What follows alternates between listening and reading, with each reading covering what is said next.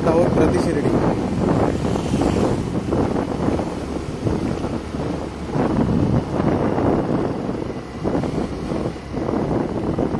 वज्रेश्वरी मंदिरच्या इकडनं थोडं पुढे आल्यानंतर आहे, थोडं पुढे आल्यावर लगेच एक नदीचा पूल लागतो, तो पार करून जावं लागेल आपल्याला। You can click photo. प्रति शिर्डीला इकडनंच आहे ना? प्रति शिर्डी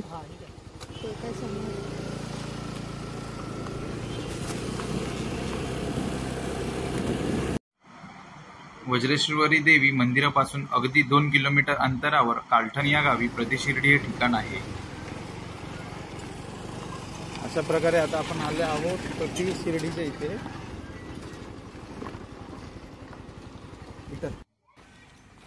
मुख्य प्रवेशद्वारात आत गेल्यानंतर सर्वप्रथम गुरुस्थान दृष्टीसमोर येतं। शिर्डीप्रमाणे येथेही गुरुस्थान बनवण्यात आले आहे। एवढं मात्र खरं की प्रत्यक्षात शिर्डीत आल्यासारखं वाटतं।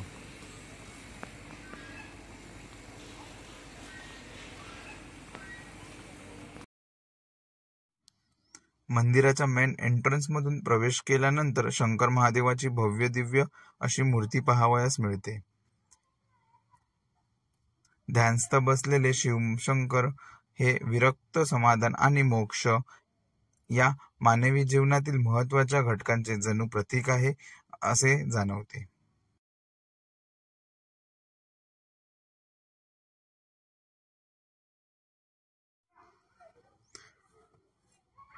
डाव्या बाजूला समोर पुढे आल्यावर आपल्याला 3 सुंदर अशी मंदिरं पाहावयास मिळतात।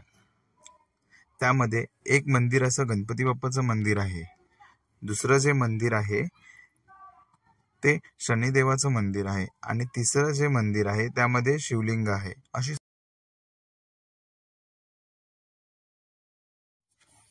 बरीच वर्ष झाली शिर्डीला जाऊन, पण परत जायचा काही योगायोग येत नव्हता, पण त्या निमित्ताने वज्रेश्वरीला आलो, त्या निमित्ताने आज प्रति शिर्डीचंही दर्शन झालंय। मुख्य मंदिरात पोचल्यानंतर त्याची रचना अगदी शिर्डीमधील साईबाबा मंदिरासारखी केलेली आहे।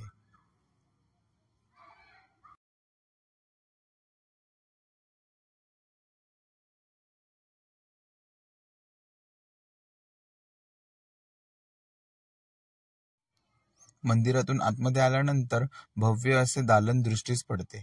डाव्या बाजूला भव्य सभामंडप आहे आणि उजव्या बाजूला साईबाबा मंदिराचा मुख्य गाभारा आपल्यास पाहावयास मिळतो।